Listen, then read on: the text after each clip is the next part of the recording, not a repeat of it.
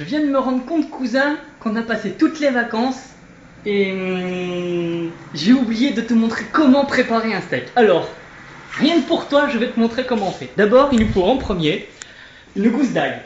Une simple petite gousse d'ail, ça suffit. C'est juste histoire de dire que ça puisse agrémenter le steak.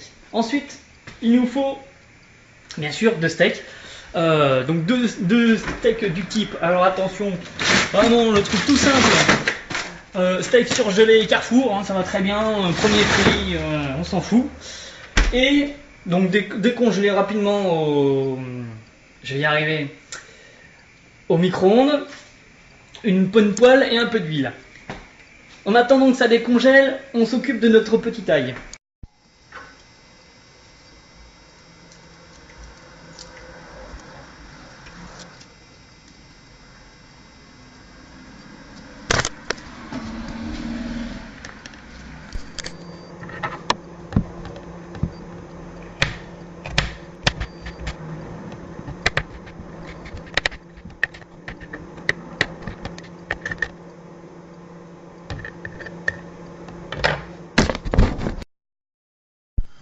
Donc, alors après, pour la suite, il nous faut donc, une lichette, non, une bonne dose d'huile, puisqu'il nous faut quand même du carburant.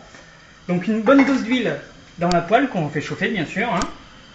Voilà. Merde, là j'en ai foutu un peu sur le côté, c'est pas grave.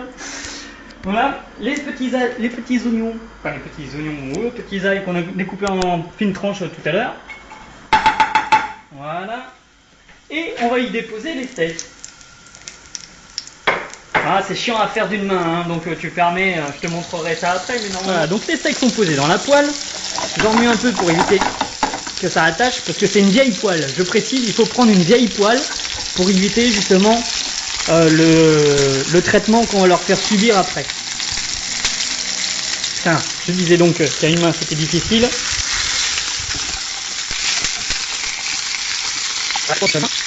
Voilà.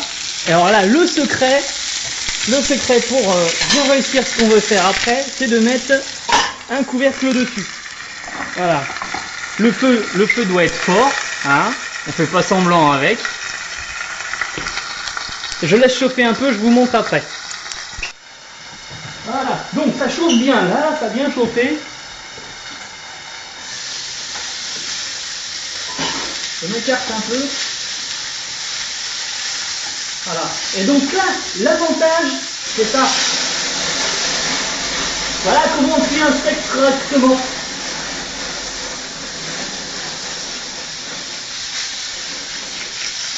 Bon, alors là, il reste encore un peu d'huile, mais c'est plus assez chaud. Là, ça part vite quand même. Hein. Alors j'en profite pour mettre mes herbes maintenant, pour éviter que ça crame trop. Je les ai pas mises au début. Parce que bon, on peut s'amuser, mais il faut quand même que ça soit mangeable aussi derrière.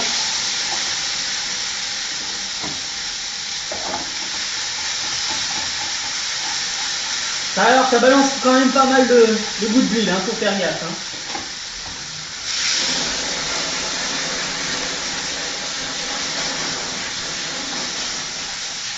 Et voilà, j'ai cuit les deux côtés de mon steak et il n'y a plus une goutte d'huile dans la poêle.